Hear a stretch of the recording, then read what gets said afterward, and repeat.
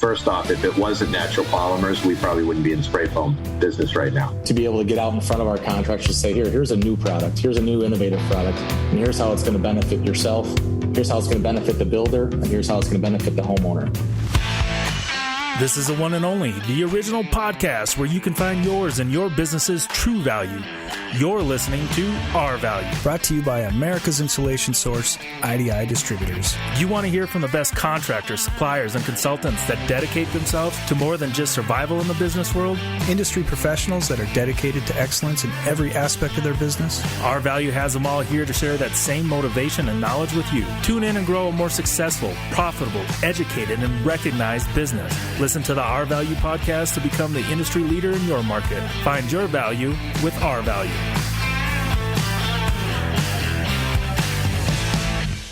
Welcome to the Our Value podcast. Here at IDI, we like to push the envelope, do the unthinkable, achieve the impossible, and today we're doing just that. I'd like to welcome a couple gentlemen to join me in a podcast about spray foam from Owens Corning. Yes, you heard it, folks. Owens Corning Spray Foam Podcast. I can't believe I'm saying that, but here we are. Mike Swift is the Vice President and General Manager of the North American building insulation business at Owens Corning, a world leader in insulation, roofing, and fiberglass composites. Appointed to the role in 2018, he is also an officer of the company. Mike was the transaction owner of the Owens Corning side of the Natural Polymers acquisition. Since 2007, Mike is driving value creation in the new construction, remodel, and commercial markets for the insulation business in North America. He was promoted to vice president in 2008 and added general manager responsibilities in October of 2018. Over this period, he led the recovery in Owens Corning's residential insulation business, the commercial integration of Owens Corning's thermofiber mineral wool business, the growth of Owens Corning's extended polystyrene foam business, and the expansion of Owens Corning's commercial business in the U.S. and Canada. That's a mouthful.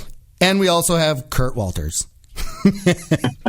No, just kidding. Kurt, we've worked with Kurt for a long time as well. Kurt Walters is the National Account Sales Manager.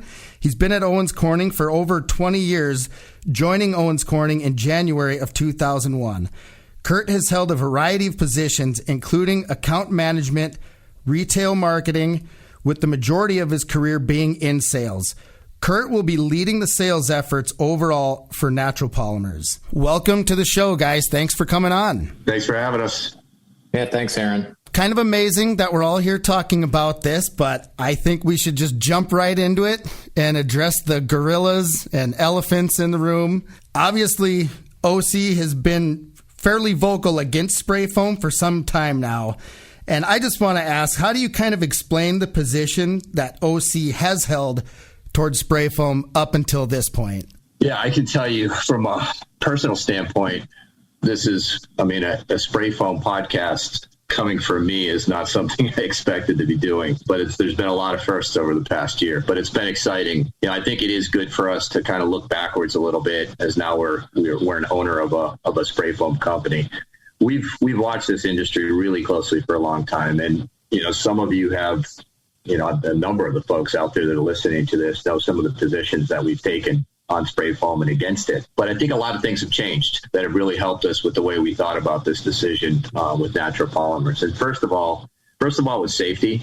This was top of mind for us. It's something we talk about a lot as a manufacturing company and something we considered as we entered the industry.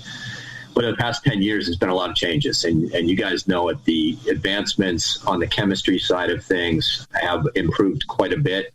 The low VOC chemistry.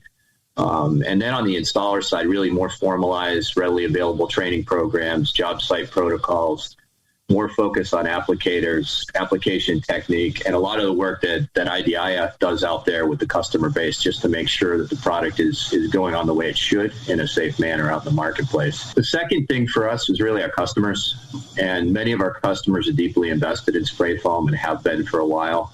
And a lot of them have encouraged us to get into the industry because they like the way that we operate with them, from just the people on our teams, the products, the programs we offer. And a lot of people felt that if we were in the industry, we'd be a really good partner to them.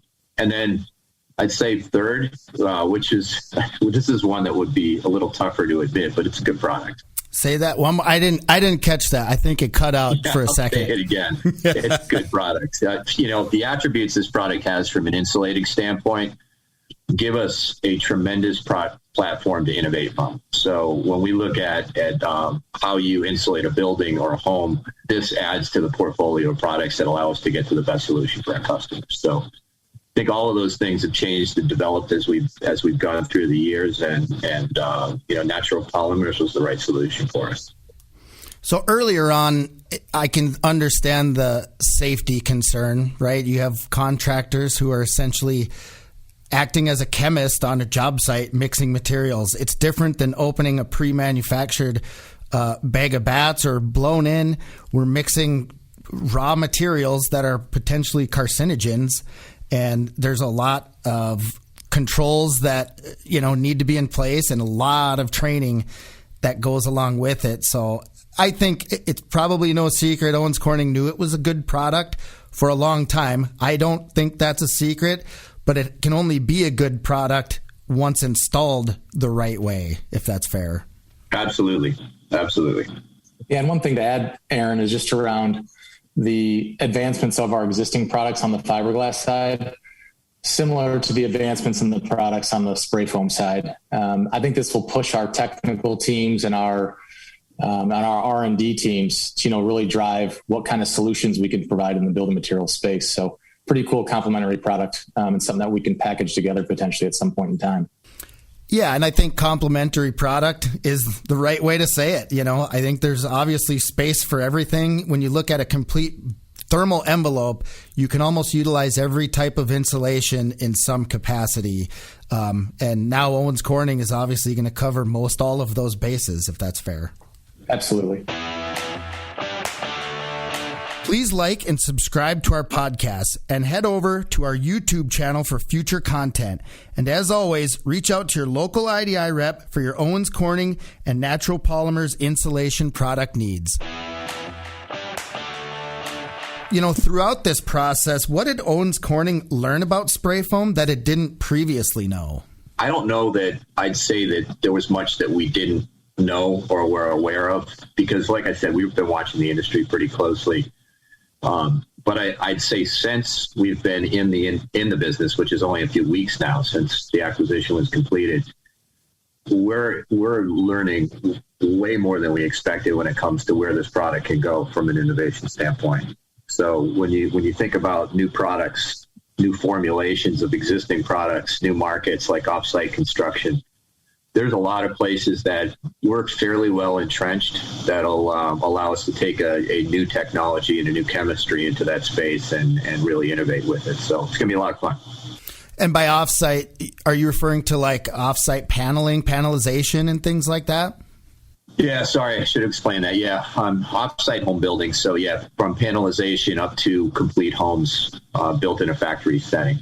Which, spray foam could really lend itself to that application. You mentioned how spray foam is a good product. I think we all agree on that, obviously. But what are some of those benefits that you see with spray foam? One of the main things is, again, I'll go back to the complementary of products and the building envelope. We've obviously had some innovation in the past, or products that we brought to market to try and utilize the full envelope of the house or get into the full envelope of the house. And this was always a product that's been there. It's been a good product. And obviously we're in it now. But this then gives us that complementary product that we can sell, as a package at some point in time. But really mirrored up with our existing fiberglass products, potentially with our foam XPS products, our mineral wool products. So it gives us a product portfolio suite that we can really go to the builders and to the contractors with a full complementary of products. Yeah, and I'll add to that, Aaron. I think when you look at the trade-off of our value per inch and cost, working with a chemistry like you have in spray foam, you have the ability to toggle that pretty seamlessly, especially with some of the hybrid foam opportunities there are out there. So, between what Kurt's talking about with our bat products, we can really work to deliver the best R-value solution for the building codes that are out in the marketplace right now, and the changes in the building codes that are coming. Okay, and I want to move into a little bit of kind of Natural Polymers specifically.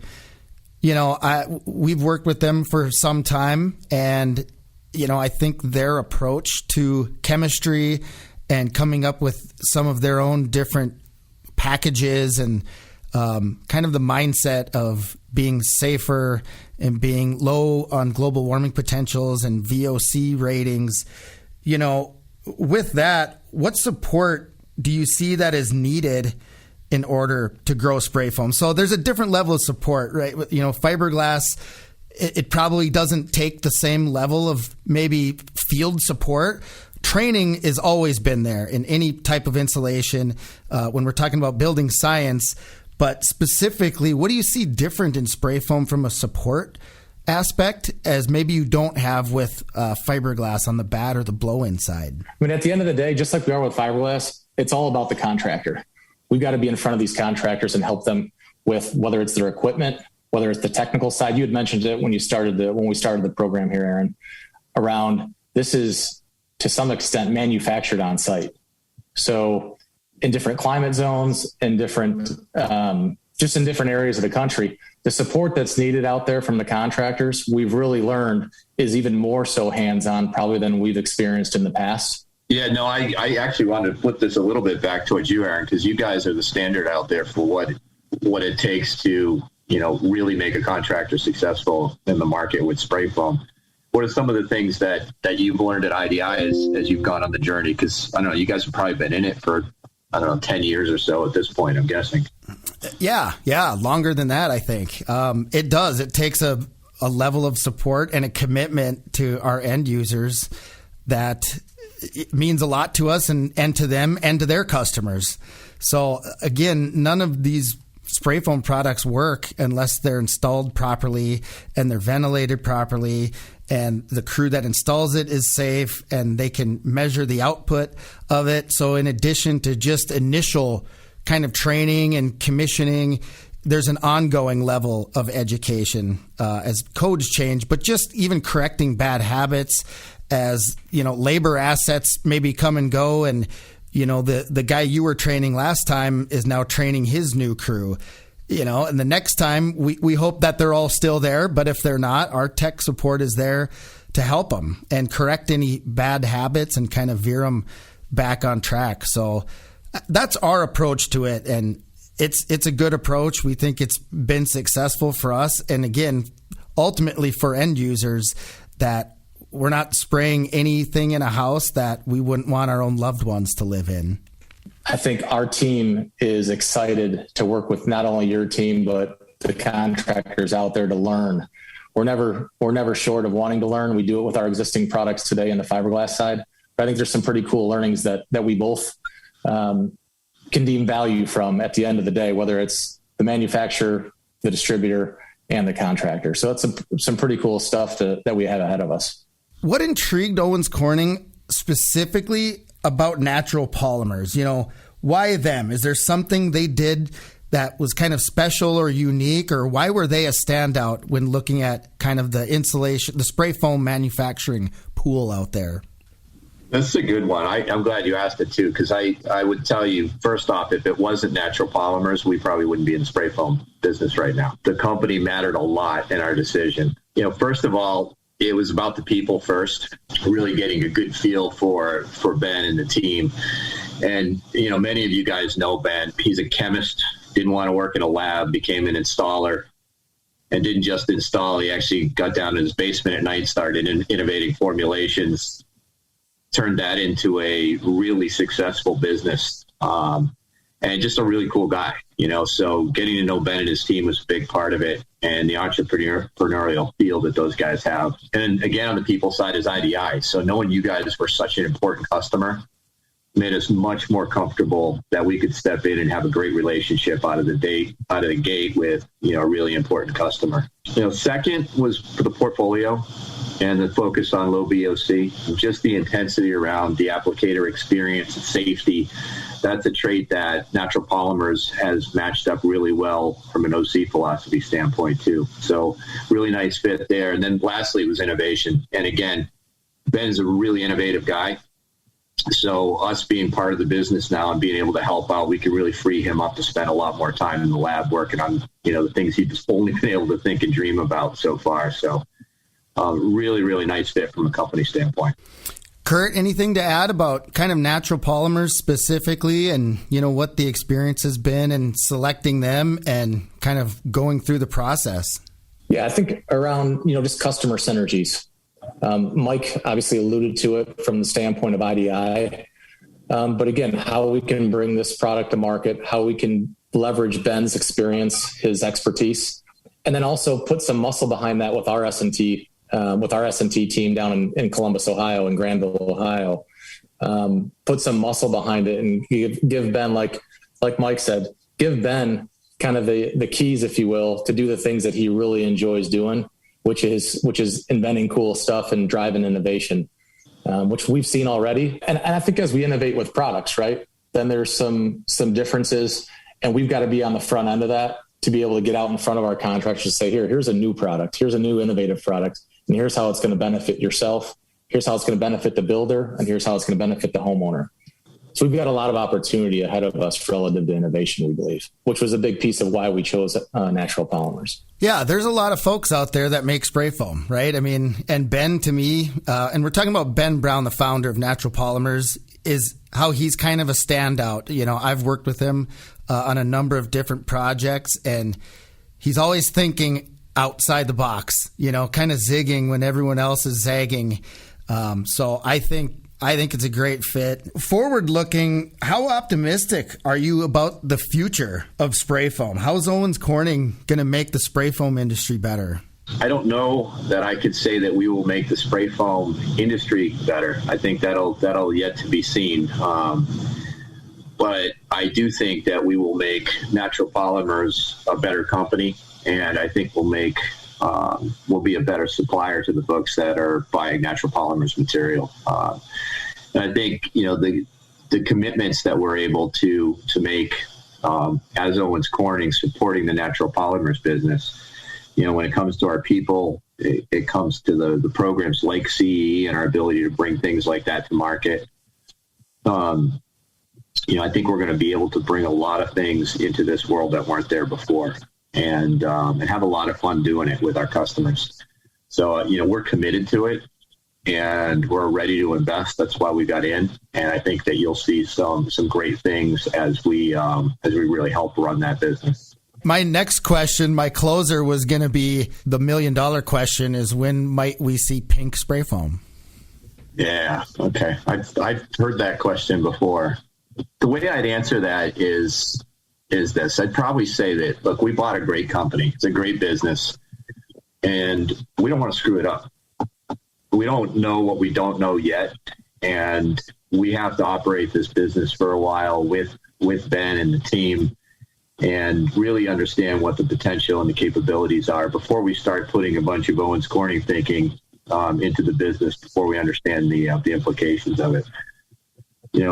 If pink spray foam someday is something that's going to create value for our customers, then that's something that we consider. There's going to be a lot of questions like that, I think, that stuff that Owens Corning does that we could put in the business. But like Kurt said before, we're going to try to run this business. I won't separate is probably a good way to say it, but really we want to maintain the spirit of that business and allow them to innovate and operate as freely as they have been to do the things that they do for their customer base, with us adding support and value where we can.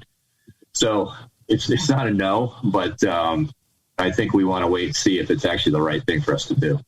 Yeah, and I would just add on to that around the way that we traditionally always tried to look at innovation, whether it's coloring something pink or not, is look at it from a market back approach. Is that truly what the contractors want? Does it give them differential value? Does it bring, additional business in for them for whatever reason? But we want to hear it from the market back as opposed to us pushing it, not only on Natural Polymers, but on contractors.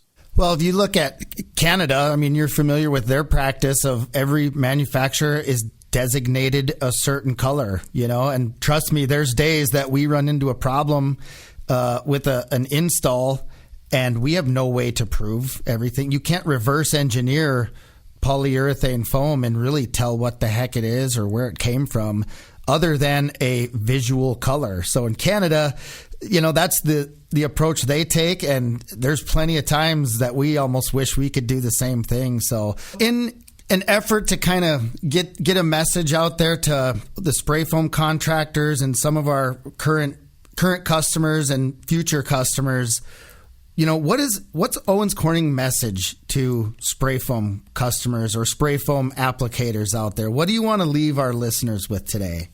We're excited. We're excited to be in this business. We already do business with many of the spray foam users that are out there in the market on the fiberglass side. I think the exciting thing is that we can now come in and work with you in your business, and we don't have to discriminate between the products. We have the products that you need to insulate homes and buildings right now. And depending on your application or your need or your customer's need or desire, we can support with spray foam, fiberglass, XPS, mineral wool, and just make sure we match up with what your customers want from you. So, and you should expect us to get better every single day at doing what we do in this business. Yeah, I think at the end of the day, we can have some fun, not only with IDI, but with the contractors, and testing, new building practices, new philosophies, new ways of doing things. And now we've got a full complementary of products that we can go out and do that with and have some fun with it. So I think it's a pretty cool way to look at it going forward, and a good way to connect with the contractors, that are out in the marketplace, not only with the existing contractors we have, but some newer ones that we'll develop relationships with. I see that there's a commitment from Owens Corning to the spray foam industry, and that's what this is showing me. I'm excited about what the future holds and what this is going to look like in 1 year, 5 years, 10 years. And it's really, really exciting. And I think a lot of spray foam contractors and let's just call them insulation contractors, right? Because no GC that I know wants just a fiberglass contractor or just a spray foam contractor. They need an insulation contractor. And Owens Corning is obviously in a position to offer everything within that thermal envelope. I greatly appreciate the time today. Yeah, we appreciate it. We appreciate being here. Final comment is we direct almost everything that we do on the insulation side towards the contractor and making sure the contractor has what they need when they install our product. Even if it's a remodel or buying it through Home Depot, our focus is still on making sure that contractor is well positioned to use our products. And IDI in particular is such a great customer of ours. We respect the hell out of you guys and enjoy working with you every day. So thanks for having us on the podcast.